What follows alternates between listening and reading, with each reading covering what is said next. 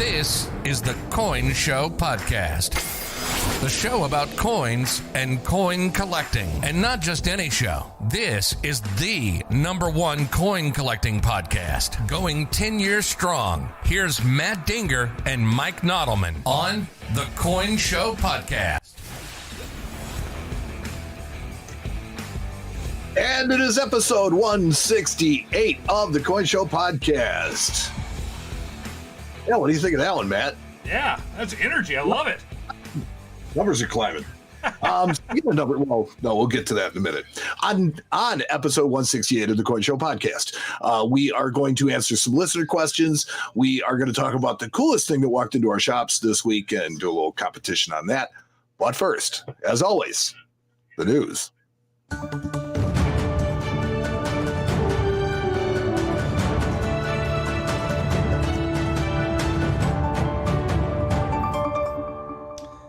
Who's the news brought to you by this week, Mike? Let's see. The news is brought to you by bacon, making everything better since anyone can remember. Bacon. That's 100% true. It is. Every single one of these. Every single one. Every single one. We have breaking news, Matt, so we better fix it. Uh-oh. Matt, Mint Director David Ryder has released the following PSA, that's a public service announcement, in regards to the national coin shortage. Okay. So he gives a link to this public service announcement. In the PSA, he asked the public to help get coins moving by using exact change when making purchases. Taking your coins to financial institutions or turning them in for cash at coin recycling kiosks. Okay. Yeah, give away some of your money. He also advises that people remember to follow all health and safety guidelines when you're out spending or recycling your coins. He explains that the coin shortage as of right now, coins aren't circulating through the economy as quickly as they were prior to COVID-19, which means that sometimes coins are not readily available where needed. This is not a coin supply problem, it's a circulation problem. Huh. Strange. Like something I said. Sounds like something your doctor said. Yeah, too. Ryder praised the efforts of the Mint workforce, stating, "I want to assure you that the men and women of the Mint workforce are working as hard as we possibly can to get newly processed coins into the economy." They are on track to mint more coins this year than they have produced in almost 20 years. Wow. Amazing. Yeah. I mean, they're ramping it up, and they're doing it in trying conditions because, think about this. They've now had to distance people, which means that they can't have as many, people working in an area, not as many machines running, perhaps. Right. Huh. And yet they've managed to still, crank out more than before. So kudos, Mint. Yeah, for sure. Now, speaking of the Mint, do you remember last episode when I reported that the Mint was asking bullion purchasers for projections? Projections? No. Yeah, remember I was talking about the Mint was asking bullion purchasers for their projections, their sales projections for, the next 3, 6, and 9 months going out. Yeah. All right. So now we know why. The U.S. Mint is considering moving Silver Eagle production to Philadelphia and San Francisco in order to help meet a goal of doubling production from 400,000 every 2 weeks to 400,000 every week. So basically doubling their mintage capabilities. Interesting. Well, by using two entirely different facilities.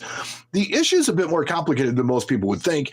And honestly, it kind of surprised me because I really wasn't aware that this has nothing to do with the changes brought on by COVID, right? The U.S. Mint can only produce gold or silver eagles at West Point. They can't produce them both at the same time. Right. I was unaware of that. So this, according to an unconfirmed report by Bloomberg Business, the unprecedented demand for silver and gold eagles is driving the U.S. Mint to innovate and find ways to satisfy the demands of a very hungry market at a time when meeting last year's productions would be a lofty goal, right? Sure. So I think the idea to move production of silver American eagles to other branch mints might work best. So why not move all silver production of those mints until COVID is over and let West Point just concentrate on making gold coins to demand? I don't know, man. That seems like it would be more trouble than it's worth, but I don't know. I don't know if they use any, I'm sure they have some special machinery there to produce the silver eagles. But think about this. They have produced Silver Eagles at both Philadelphia and San Francisco before.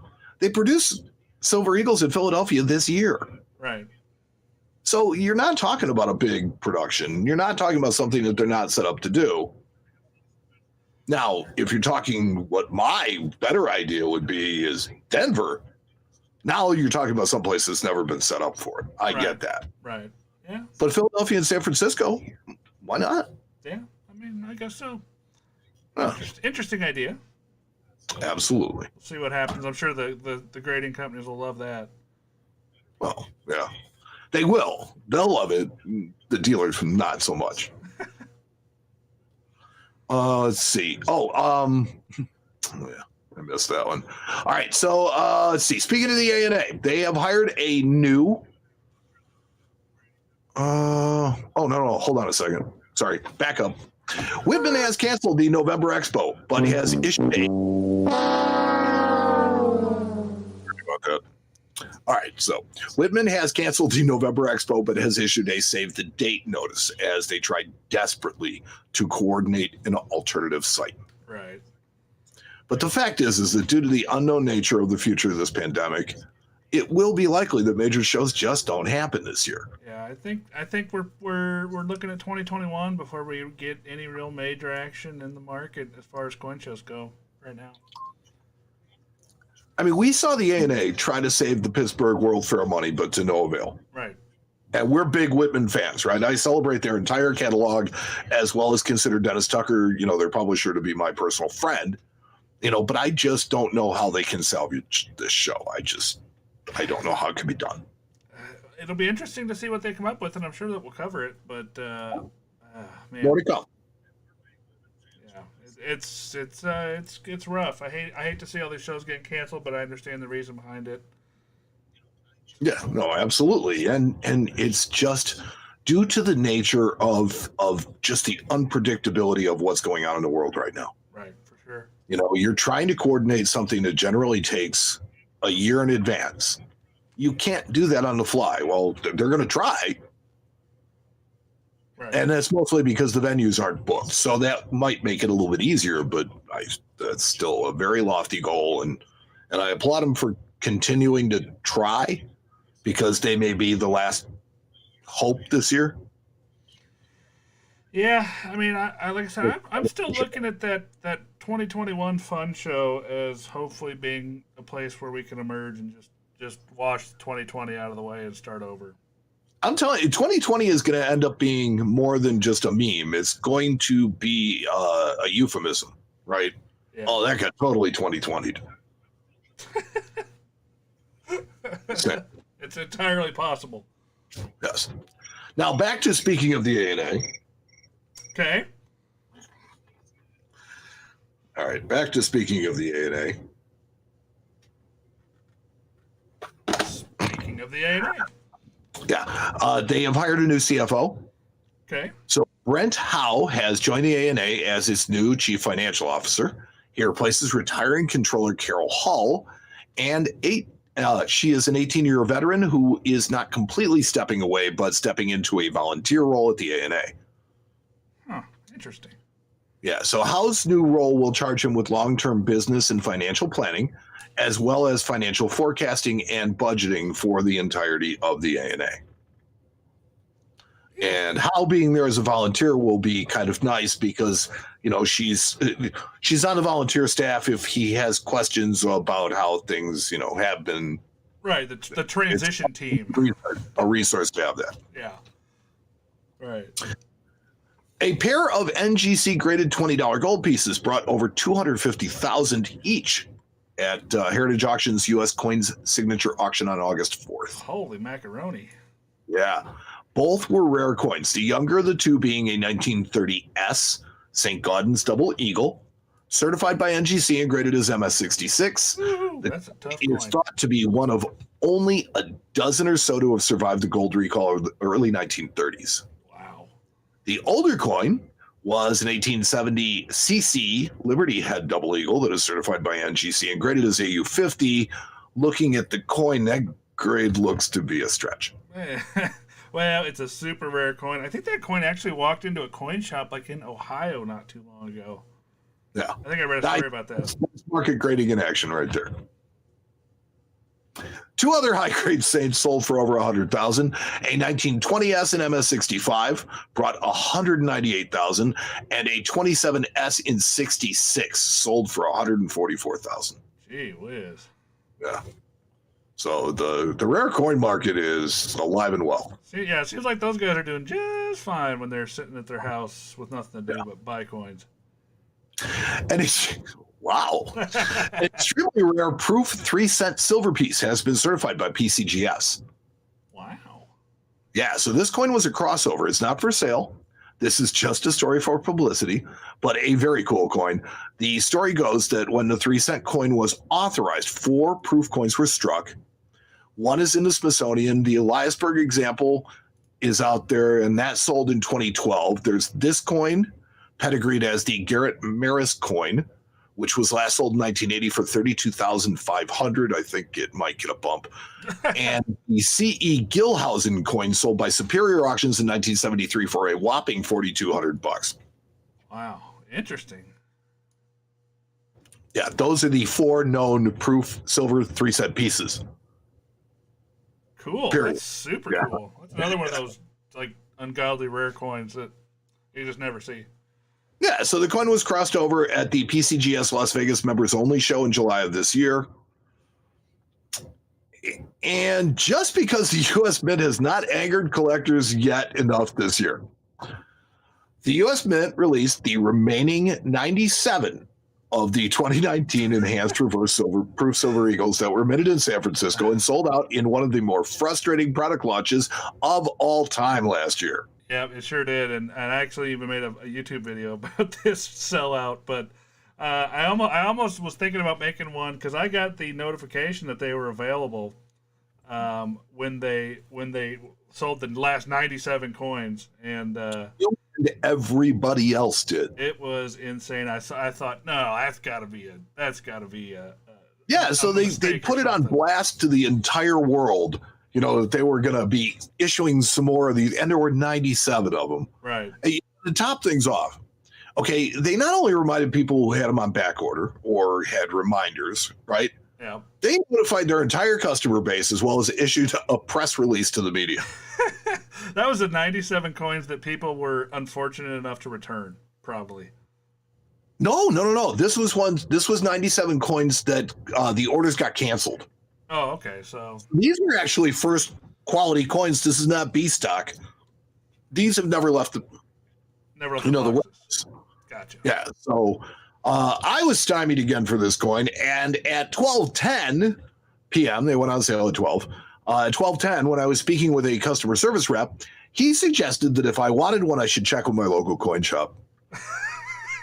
I swear, if I could have reached through the phone, I swear to you, man. That's amazing, actually. Yeah. That he would have actually said that to you. He said that to me. I was like, you should probably just call your local coin store. I'm sure they have them in stock. Oh, yeah. Yeah, all of them. $1,500. Sure. Jeez. No, we don't even have one. That's the worst part. We don't even have one. Yeah, it's insane. We don't really want one. Not at that price. No. PCGS has announced 2 winners for the 2020W U.S. Virgin Islands America the Beautiful quarter submission. Hey, cool. They're still doing this. Yeah, so it's funny. I saw my first 2020 Virgin Islands quarter on the same day that I read that the first W's had been certified already. So, really? Yeah, absolutely. Huh. And, we thought it was a great idea on PCGS part, right? It gets everybody submitting these coins. PCGS has 3 separate labels for these submissions. Why not? Because why not, right? There's a first discovery label for the contest winners exclusively. Okay. There's a first week of discovery label for those that are submitted within a week of the winning submissions. Okay. And an early find label for the first 45 days of release. Marketing at its finest. Marketing at its finest right You know there, what? friends. You would think that they'd take their lesson from the Postal Service and how they killed stamp collecting with commemoratives. Yeah. That's what they're going to do to this. They're just going to make so many of them that people are going to stop caring. They're just, and the people that didn't care from the beginning are the ones that are best off. they're just milking the cow until it doesn't give any more milk is what they're doing. Yeah, but honestly, do you see that doing more potential long-term harm than good? I mean, they're as long as somebody out there cares about it, I guess it's okay. But I certainly don't. I don't see it damaging the hobby. Not necessarily, but It's fleecing a lot of people, and I'm not talking about the grading services doing it. I'm talking about people trying to push inflated values for these rare coins, that we see in these holders. Right. I mean, the grading company, PCGS specifically is a publicly traded company, so their number one job is to make a profit. So absolutely, their number one obligation is to the stockholders, and that's what they're doing. So good for them, but there are other people that get a hold of them and. No, I think you called it right on the first thing. It is marketing at its finest, because that's really all this is. This is just a different flavor soda. Yeah, right. Exactly. Yeah.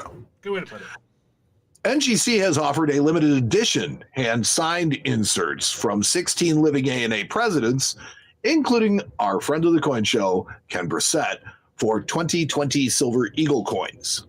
Interesting. Coins are available exclusively from the ANA and are only available under certain circumstances. So numismatic collectors can obtain an exclusive Silver Eagle with a signed label from one of the 16 living ANA presidents by doing one of the following. 1, they can make a minimum donation of $100 to the ANA. Okay. 2, they can sign up 3 new ANA members. 3, they can renew a membership at a 3-year term. Okay. Or 4, become a new member with a 3-year term. All right. Well, So only 50 coins per president are available and will be issued randomly with a limit of 1 per person. So there won't be people making huge donations and then taking one of each. Right. Cool. I'm just reading through the names. You have Q. David Bowers, Ken Brissett, Barry Stupler, Cliff Mishler, Tom Hollenbeck, Jeff Garrett. It's like the Numismatic Hall of Fame. Pretty much. The Colonel, Steve Ellsworth. I mean, it's pretty much a Numismatic Hall of Fame. So interesting. And that's kind of a cool way to do it. I think it helps them, raise some funds, get some new memberships. Kind of like a membership drive for them, Yes. Boy Scouts sell popcorn. They sell memberships. They sell Silver Eagles. Yeah, they sell perks for membership. So there you go. No, absolutely. So not to be left out, PMG has announced 2 new labels for paper money. Okay. But unlike the special PCGS labels, these are not limited issue. They are by request. So there's an American flag motif or a panoramic view of the Great Wall of China now available as backdrops for your PMG submissions for an additional fee of $5. Huh. Interesting. Now, while I find them attractive, I don't really see any added value. Yeah, I mean, again, marketing. Just more marketing. And here's where I get in trouble. And speaking of not very attractive, the 2020 Women's Suffrage Centennial Commemorative Dollar will go on sale August 18th. You know what the problem with this coin is, Matt? What's that? Attractive. And don't send your hate mail to MikeyCoinShowRadio.com. No. I'm not talking about the women featured on the coin. I'm talking about the design as a whole. Please send your hate mail to Mike@CoinShowRadio.com, ladies. Go for this it. coin reminds me of the Civil Rights Commemorative Dollar. It's a coin that marks a watershed moment in American history, an event that continues to impact our world to this very day, and we get this really uninspired design. Hey, but they got nice hats, so there's that. Again, this was a watershed moment in American history. I agree. And that's what you give me. Well, they can't all be winners, buddy. We know how much. At least one winner a year? Well, no, probably not anymore. Can you just bat 500? No, it doesn't work like that. We know how political this all is now. Yes, it is. And that's sad, but true. That's what's happening. Yeah. Well, I thought that the agenda of the coins themselves was political. I didn't think the designs were political. You know what I mean? Oh no, I think that the designs themselves are so politically motivated and decided way before the coin, ever Have gets this on it. It's got to have that on it. It's got to have the. Yeah, I Yeah. guess you're right. So a lot of the times they're handcuffed to make nice coins because they're told right up front what they have to design. They're not allowed to design whatever they want. They're told what they have to design. They don't have freedom to actually create. They have constraints under which they need to produce. Yes, exactly. Now, personally, I think that you might want to buy one as a potential low mintage play, because I just don't see this coin being popular, and the secondary market will not receive it well. Well, and there's going to be something for 2020 that's better. So your guess is as good as mine. This might be a good one. And finally, in the news, a 1973 S Ike dollar struck not once, but twice on a $50 planchet has sold in the 2020 signature auction of U.S. coins. It has been certified and graded by NGC as Proof 66 Cameo. The coin sold for $19,200, which includes the buyer's premium. That is pretty flippin' cool, though. Yeah. That is a cool coin. Here's the thing about this that really, kind of... it's a proof, too. So, yeah. Typically, proof coins were hand-fed into the presses. Mm-hmm. So it's really unusual for a wrong planchet error to be found on a proof. Yes. That's correct. I'm just pointing that out. Well, this was a time in the U.S. mint history where there were a lot of manufactured errors coming about. Some mint employee during that period liked to mess around, and his work or her work is still out there today. We see quite a bit of it, but I'm almost positive this was intentionally made. Yeah. Now, the double image on the coin is likely due to the fact that proof coins are struck multiple times to bring up the relief. This coin didn't fill the entire chamber, so it bounced between strike one and strike two. But it is then that a mint employee should have discovered the error, or if one did, that the coin should have been called from the finished coins. For sure, yeah. But that's the policy, but this was the period of coins sneaking out in the oil pans of the forklifts. So anything worth doing. Yeah, that's right. And that's the news. And the news this week was brought to us. Let's see, by Bacon. That's right. Bacon. Gotta love bacon. Let's see. Making everything better since anyone can remember bacon. You're listening to the Coin Show Podcast with Matt Dinger and Mike Nottleman. Oh, I love the news. It's still one of my favorites. I love doing the news. Yeah. So something that I almost mentioned earlier, but we need to mention now is, if you'll notice, I am once again wearing a bright highlighter pink t-shirt. I know it, and I love it. Yeah, well, think about this: 1,000 subscribers to the Coin Show. Although it was only 750, Fred. You have to wait up. No, wait up. Yours was 750. We got to get there first. 750. I got news for you. We get to 750, and it's looking like we may very well get there. 1,000's happening. So, for those of you that don't know, on the last Not the Coin Show podcast, which is the exclusive podcast that our patrons get, I had decided that if we get 1,000 subscribers on YouTube, I will join Mike in dyeing my hair highlighter pink for Breast Cancer Awareness Month, because I can't sit back and let you have all the fun. That's right. I have to get the weird looks too. There you go. So 750 subscribers will turn Mike's hair pink for the entire month of October. You guys have until September 30th to get 1,000 subscribers, and then Matt's hair will turn pink as well. Should be interesting. Hashtag turn Mike pink. Hashtag turn Matt pink later. I haven't checked that one out. No, maybe we should. Yeah, we should probably check those. We found out the hard way. Yes, we did. We ran through a couple hashtags, and some of them were not what we thought they were. It's kind of like dialing 1-900 numbers. You just don't know. You never know who's going to answer. That's right. So let's see. We have some listener questions this week, and one of the biggest things that we've gotten feedback on it, but we want a different type of feedback. is, we've been really messing with the sound quality of the show. And so it's important to us that you give us some feedback on particularly how it sounds. We've changed a lot in the last 2 weeks. So if this sounds a whole lot better, I hope it does. We're continuing to work through the issues that we have, and hopefully things will be better. We're coin guys, not tech guys, but we play one on TV.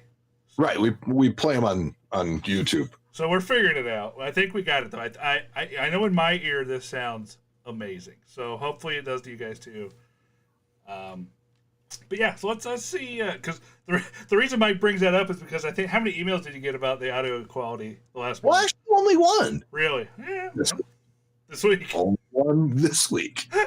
There have been. See, that's how I think it's better. Is there's been a flood every single week of like 10 or 15 emails, and this week there's one. Well, we must be doing better. We're trying. We have listener mail, and we have questions that we have available through our live streams. So if you are on the Friends of the Coin Show podcast page on Facebook, if you're on YouTube, if you're on, ask us your questions in the chat. Yeah. And we'll see what we can do about answering them. I have one from Joe Bohannon. Okay. Who says, "Hi, I was wondering if you could talk about how to successfully fly with rare coins, particularly dealing with TSA. I've had my bag searched when traveling, and just a roll of quarters probably looks funny on the x-ray, but curious how it works if I had, say, a PCGS box of slab coins. I've heard people say they ask for a private screening, but also curious if that can lead you to getting the third degree about why you have them. Thanks, Joe." Okay, Joe, I'll take this one because I fly with coins a lot. Coins look suspiciously like large bombs on x-rays, especially tubes and boxes of coins. So anytime you fly with that stuff, they're going to want to take a look at it. And every time I have ever, gone through a screening with them, they've always been super courteous. They've never been giving me the third degree about where I'm going. I just say, I'm coin dealer on the way to a show. Oh, okay, So that is really, it's pretty simple. Just, say, I'm doing whatever it is you're doing. Just be honest with them. Say you're going to a show and you should be fine. Private screening, you can have it. They will take you in a little room. They will take everything out of your bag and look at it. Sometimes they're fast, sometimes they're slow. So give yourself time. They then swab everything and put it in their little machine. And when it beeps that you don't have any bombs in there, they let you go and you're on your way. We usually, when Evan and I do shows, we usually give ourselves about 45 minutes or so extra time for the screenings. But most of the time it's just an inconvenience and nothing more. But I understand why they do it because they've showed me before what their X-rays look like when you have coins, and it looks insane. So I don't blame them. A lot of things that don't look like what they are when they're in luggage, amongst other things. So yeah, and they can't see through the metal. It just looks. They say it's just a black disc. So if you have a lot of coins in there, it just looks like a bunch of black discs together. And if you have a roll in there, then that looks like a battery or a pipe. Yeah. So I understand. Yeah. What I've heard about the private screening is if you're going to be traveling with a lot of, like gold or silver, and you just don't want to bring a lot of attention, then yes, a private screening would probably be better. But, they are going to probably look through more stuff. Oh, yeah. They take everything out. Yeah. But if you have, nothing going on, then it really wouldn't matter.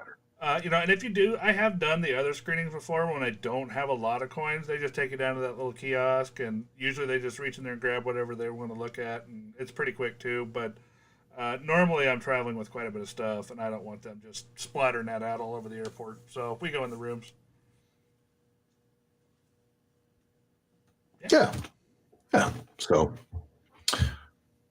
you got anything working for us? I'm a looking. I'm not a seeing, so go on to your next one. And I want to welcome Barry Swan to our staff. Barry, yeah, I forgot about that. Thank you, Barry, for volunteering and helping us out. We're really looking forward to having him around. Yeah, Barry's one of the old school Coin Show listeners.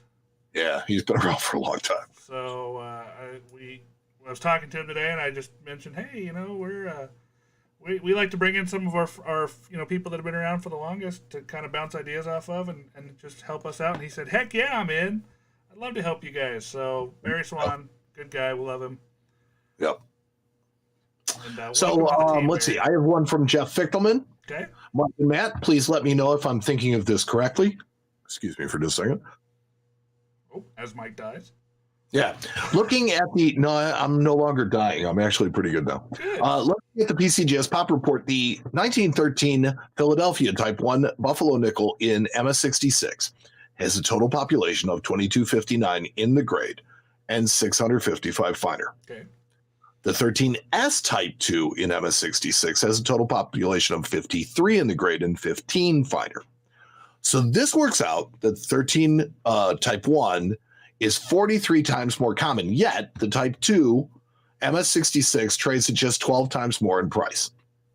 Does this imply the 13S is a much safer purchase longer term, as in odds it maintains its value?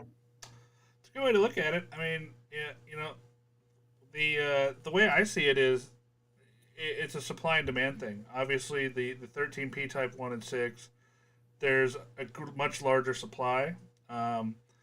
And then the 13S Type 2, obviously, there's a much smaller supply with only 53 coins versus 2,000. So definitely a rarer coin, and the fact that it's only 12 times more expensive is interesting. I'm not necessarily sure that makes it a home run, but I think it is a good thing to look at when you're looking at coins like that you want to put away for a while, because I think you are more likely to see a return on a coin like that versus a coin that has a population of 2,000. I think a population of 50 or 60 is has a great potential to see some sort of return down the road. In my opinion, this is all predicated on the fact that Buffalo Nickels stay popular. Yes. I don't think that's a real stretch. So, I think you're pretty solid on that footing. So to say one of the rarer dates, which 13S Type 2 is, it's a key date, to say that would be a good coin. Yes, I think that a key date coin in a very popular series has a much better chance of sustaining value than most others. Yeah. But I don't think that it correlates with the numbers. I just think that it is because it is what it is. So, I think that the 3-leg is also going to be a safe coin. Very popular. Not rare by any stretch. There are tons of them out there. I agree, but yeah, you're exactly right. I mean, it's just it's a decently popular series.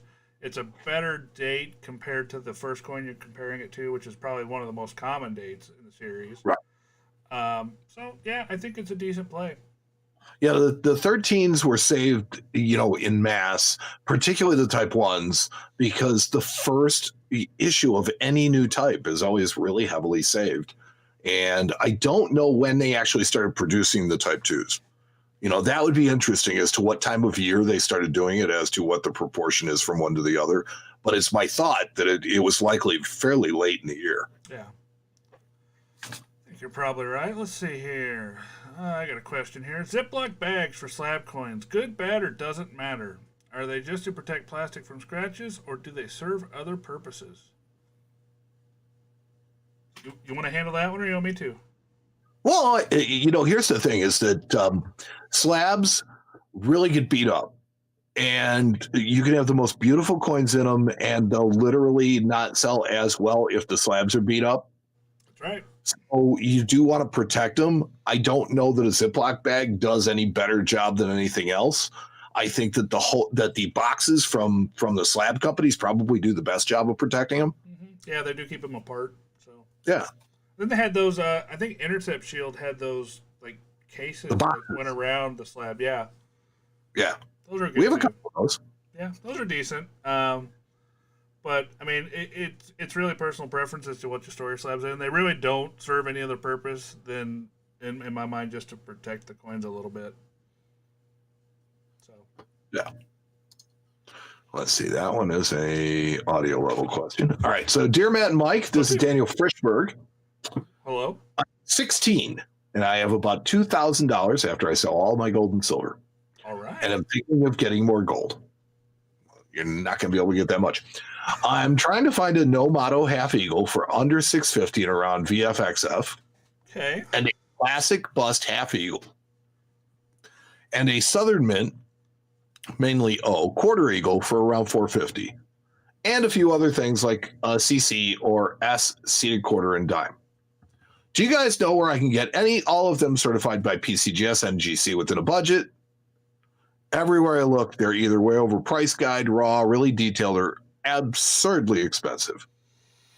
Well, my best advice to you, being a young guy, is patience. Patience, patience. If you are patient, it will come.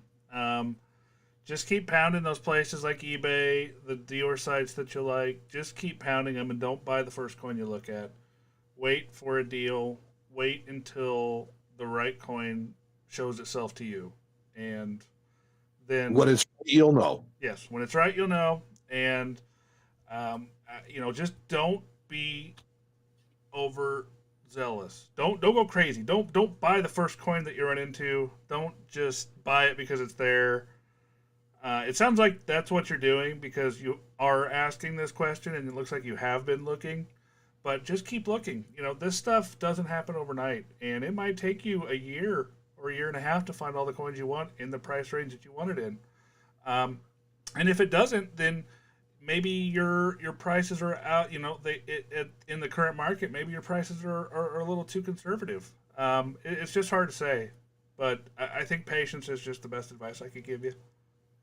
I think that this is one of the lessons of age that you do learn that, look, it all comes. Yeah. Eventually, it all comes. So if you wait, if you look, I think you hit on the point exactly, Matt, when you said if your belief in the market, in what you can purchase it for, is correct, eventually you will find what you're looking for at that price, and you'll find an acceptable coin. Right. If you never do, you probably weren't thinking quite enough for it. But over time, you'll start to get an idea of that after having seen one after another that's just barely out of the range. Yeah. So that's how you'll educate yourself. That's how you'll figure it out. And, be patient with it and just be diligent and be consistent and just keep on looking because the stuff you're talking about is not common coins. So if they're not common, they are going to take a little more to find, and they are going to take a little time. And it's like chasing some of these rare coins. I was talking in the news about that. What was it? It was the proof 3 cent piece, right? Yeah. And there's one that's been in the collection since 1973. Yeah. So if you want a proof 3 cent piece, chances are you're not going to be able to find one. Well, think about that in terms of these. Yeah, there's hundreds of these, but still they're not going to turn over anywhere near as fast as stuff that there's hundreds of thousands of. Yeah, exactly. But, and one other thing you can do too, if you do use eBay, you can set account alerts. You can set search alerts for certain terms. So what you might do is, set up your search terms, and when those items show up on eBay, you get a little email that says, "Hey, this was just listed. You should go look at it." And might be what you're looking for. So hopefully you find what you're looking for. And here's an answer. Joe Bohannon actually said, per the Whitman book on buffaloes, the first Type 2s were struck on May 10th, 1913. There you go. Thanks, Joe. That's our listeners. I think I got one here. That's a good question. Do you think it's appropriate to have a segment advising just how poor of an investment gold and silver have been historically and the risks associated? It's definitely something we talk about just about every show. So if you can go back over the years and hear us talk about, what the market's doing, what's happening here and there, and you can hear us talk when times are good, and you can hear us talk when times are not so good, and you'll pretty much know what's going on with the market just from listening. Silver and gold are a decent investment. There are a lot better investments out there, and some people live and die by silver and gold. So we just let them. The question it leads me to think that he believes that gold and silver have been a poor investment. It's possible. I would disagree with that. I think historically they have been, silver and gold have been two of the most tangible assets out there, and probably some of the most desired. Well, they're the definition of a tangible asset. They're something you can put your hands on, and I've got gold right here. So, and over the years, there's been some pretty volatile swings. It's gone pretty crazy the last few months here. So, yeah, can you get wrecked buying gold? Absolutely. Absolutely. Is it always a good buy? No. Can you lose everything? People bought it in 2009 at 1800. How'd they do? Yeah, or you bought silver at $47 an ounce. Right. How'd you do? Well, it's not real well. But if you bought silver at 3.5, you're over the moon right now. Yeah, time frame is everything when it comes to a question like that. So historically, you have to go back and kind of think cost average too. It's like, yes, if you were to like put it in market funds, stuff like, is it the best investment? No, probably not. But gold and silver have never failed. They've never declared bankruptcy. They've never quadruple reverse split. Right. So interesting question. And we have a question from David from Seattle. Okay. Hi, guys. I collect a lot of modern coins and was wondering if there was ever a reason not to break a coin from the mint out of its OGP. Specifically, I'm thinking about special collector sets that usually come sealed in some sort of cardboard folder. And if you take the coin out, you basically have to destroy the packaging. From what I can tell, it doesn't really seem to affect the value, but was wondering if there was something I'm missing. If there ever a case, perhaps with a rare set, when breaking a coin out, carefully, of course, affects the value of the coin or the set. I can think of one right off the top of my head. What is it? Mint sets. You take a coin out of a mint set, it's just change, my friend. Might be a nice change, but it's just change. So I don't know of too many cases where the original government package actually enhances the value of the coin. The coin is the coin. It is what it is. Not significantly. I mean, there are some, like Proof Silver Eagles, if you don't have the box and papers, they'll pay you like $4 less. Okay. Well, I'm thinking specifically about like coinage and currency sets. So if you think about the Botanic Garden set, you can pull the nickel out of that set. You can tell what it is. You know what it is. It still is what it is. It's a special mint set coin. Sure. Yeah. So it's got a value to it. Now, does the $2 bill that's in there? No. Does the Botanic Garden, uncirculated dollar have any extra value? No. So I mean, yes and no. The majority of things out there are kind of a wash if you take them out of the packaging. Though there are a few things like I said, mint sets where it does affect the value. Yes, or a modern proof set. I think modern proof sets are generally better in their package.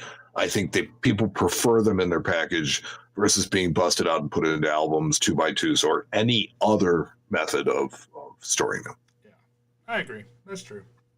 Yeah. So let's see. I'm a new listener and have really been enjoying the show. Thanks, David from Seattle. Thanks, David. Good to hear from you. That was our listener mail. Let's see. Do we have anything at questions? Questions at Coin Show Radio. Coin Show Radio. I wonder how long we've had that email address. I should look. It's been a long time. It's been a long time since I rock and rolled. Oh, these guys are getting smart. They're sending it both places. Oh, look at them. Yeah, there you go. That's how you get through. Not that our emails aren't like right there or anything. Really, one of the I'm definitely very easy to contact. That's right. I think so. Let's see. Oh, here's another question for you. Steve Schubert asks, "Who is your best employee?" Evan. I love you, Steve. I love you. Yeah. Let's see. I love all my employees equally. They're like my children. Sure you do. They're like my children. I cannot pick. Oh, yeah. No, absolutely not. Yeah, so that's the listener questions. And let's see. Do we have a sponsorship for them too? I don't know. Do you have one? I think I do. This episode, let's see. So, this segment of the Coin Show podcast would have been brought to you by the United States Postal Service, but our letter carrier didn't show today. Oh boy, you're not kidding. I've got a package. I got that $1,500 package sitting in a dead mail center. So I've got a check for like 5 figures sitting somewhere. Mine. They know it's in a dead mail center. They sent me an alert that says your package is in a dead mail center. That's messed up. Okay, send it back. No, It's not that hard. Oh, we're just going to torture you. Yeah, no joke. All right. Well, is it time, my friend? Is it time? For the dueling coolest things, and I don't care what you've got, I have got you faded this week. Well, we're going to see. And now for the coolest thing to walk in this week. A competition segment between Matt and Mike to see who's had the coolest thing walk into their shops. Who'll win this episode? Let's find out. Matt? Mike? Who's got the coolest thing? I'm pretty sure it's me. All right, well, let's see what you got there, bro Hammus. I'm fairly sure it's me. Oh, yeah. See, now I have to tell you that we do a little talk over the week and a little smack talking here and there, and I got a pretty darn cool thing because I was very, very lucky. Mike sent me a picture of it and said, "Hey, dude, look what I just bought. You ever had one of these?" Well, we'll start with mine since yours is so cool. Okay. I bought 22 original bank wrapped rolls of 1949 S wheat pennies. How many? 22. 22 rolls. Now, the thing that $11 in base. Yep. The thing about this coin is if you are a dealer and you happen to be in the gray sheet, those rolls bid about $80 a piece. So they're pretty darn scarce rolls. And these were from the Security First National Bank of Los Angeles, California. So they were estimate, of course. And they are original bank wrapped rolls. Yeah, sure are. Somebody had put some tape on them to keep them together over the years, but as you can see on the tape, it's pretty darn old tape. I didn't even open any. Nope, I just let them be. I sold them on down the road to another dealer. But I thought those were pretty cool. That's not something that you see every day in that kind of quantity. You might get a onesie twosie here or there, but having a 20-something of them is tough. And they just walked in the door. So, it's quick, it's dirty, but it hits hard. That is my coolest thing. And see, I have a lot of respect and a lot of love for 49S because, they're generally, better date coins. Mm-hmm. But for cents, meh. Hey man, $80 a roll. That's a pretty strong number. No, absolutely. $80 a roll is cool. That's a buck and a what? $1.30 a coin? Yeah, thereabouts. But I mean, you think of it like a 58D roll is worth $8, so they're much better than just your average generic wheat penny roll. Yes, but there are just so many of them out there. Well, speaking of so many, you want to get to yours? Come from the era of the roll collecting craze. Yes, for sure. Yeah, so I'm definitely not putting yours down. Yeah, because it sure sounds like you're dutying on my stuff right now. I'm just saying. I mean, I'm just putting that out there. If we're being frank here, Frank. No, my name is Mike. Frank doesn't work here. No, I mean, I kind of felt like I was doing that, so I just wanted to point out, no, I'm not. Okay. It's like I like 49Ss. I was unaware of the fact that rolls of them were valuable. They are. I guess there are some rolls of wheat pennies that really, but they've got to be bank wrapped and they got to be fresh. Yeah, and that's why that was the coolest thing, because you don't. I mean, you see them in plastic tubes all the time. All sorts of dates, but to actually get that many of them in those shotgun bank rolls was just super cool, especially being from that national bank in Los Angeles. I just thought it was neat. So yeah, back then when they used to actually stamp, what bank they came from because they did the rolling of it. I saw this week in the shop some rolls of 64 halves that were original. So it's like the ends were just, ugh. Yeah. And the reed edge, ugh. Yeah. But you open it up and the coins were just blazing. It was like, wow, these things but they're 64s. Yeah, so. that's what you get with these shotgun rolls a lot of the times is the end coins will be kind of yucky, but the coins inside you can find some monsters. So that's why the dealer that we sold them to bought them. I'm sure he was going to just crack them and find the monsters and make a lot of money. But I didn't want to deal with it. I didn't want to do it, and I'll let somebody else do it. So I think that may end up being the demise of a lot of these rolls from the roll collecting era, is that people buy them to just kind of cherry pick them out. They're going to pick like 3-4 coins out of them, and they're going to just dump the rest. That's what happens. That is the game they play these days, my friend. So now moving on to my coolest thing. Yeah, what about it? I've definitely hurt Matt's feelings. So I was lucky enough to buy a collection this week. Hard to hurt them if you don't have them, buddy. That's true. I was lucky enough to buy a collection this week, and it was an old family friend, which I personally felt really good about. It was really cool. I wanted to make sure that he got taken care of, and he said to me, look, I got 70 pounds of proof sets. And I'm like, you know what? I'll be able to do something for you. I'll figure it out.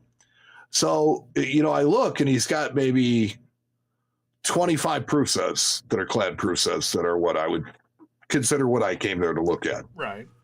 He had maybe 100 silver proof sets. Ooh. I'm like, okay, those are winners. And he's like, and he's got a single gold proof set. And I look, and sure enough, it's the 10th anniversary 1995 gold set. So I open up the set, and I find a 1995 W Silver American Eagle in the set, fresh. This thing, he bought it from the mint, and it's been sitting in his closet since 1995. Wow. Well, that's hardly 1949, but okay, I'll give it to you. It's pretty cool. It is cool, but the thing about this is that this coin has history for me, and that is that this coin really, really upset the Silver Eagle collectors. Yes. Because they put it out of reach. They took a coin that was typically a $35 coin, and they put it in a $1,000 gold set, and they gave it away. Yeah. And they really didn't tell anybody about it, that much. I mean, they said it on the gold order form. You saw it was a Silver Eagle, but I don't think that you knew it was a W mint. Yeah, I'm assuming everybody just thought, I don't want a proof Silver Eagle. The proof Silver Eagle, and a big deal. Turns out it's the rarest proof Silver Eagle. The people that did it ended up paying off. Now, my initial thought is the same as yours. What do you do with it? You grade it. Yep. So what I did was, we actually have somebody at Burke that has a history with those coins and has been looking at them for years and years and years and years. And he looked at the coin, and he said that right in the middle of the chest, there was just a break. He said, and so it won't 70. Yeah. So it's a fresh set that's brand new. It's really nice. We placed it with an advanced collector that just wanted a problem-free set in the original packaging. Somebody was really pleased with the quality of it. So it ended up working out for everybody, really well, because my friend got a really nice price for his set, more than he expected. We made a couple of bucks, and we made a collector really, really happy. And chances are we're going to see that set again when that collector, passes on. Right. And the thing you have to really watch about those, if you're ever in the market for one of these, is those 95 Ws for some reason got milk spots. Just like all the other Eagles that we always talk about, that particular coin is kind of notorious for getting milk spots. So the pictures you showed me, and these pictures, they look pretty darn nice, and I don't see any spots. So you got real lucky on that one, and I think it's a nice coin, and whoever bought it should be real happy. Yeah, it's real clean. It's beautiful. It was very black and white, and was clearly stored very well. Well, there it is, friends. There it is. You figure it out. Which one's cooler, mine or Matt's? Yeah, mine or mine.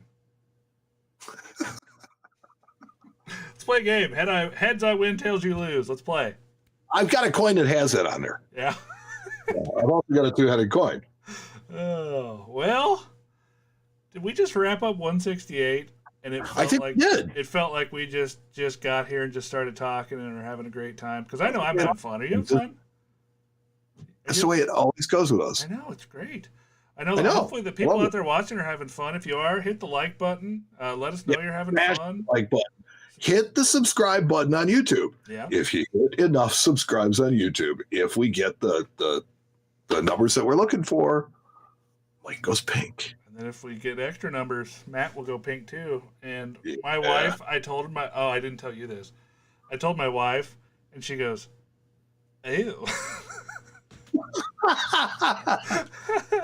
So I told her I'd already committed to it, so it was too late, and she couldn't say anything that would change my mind. But There you go.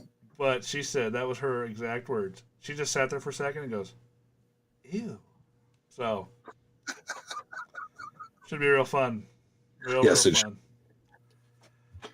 Well, let's see. We would like to thank our production staff, which is now one grader. One grader.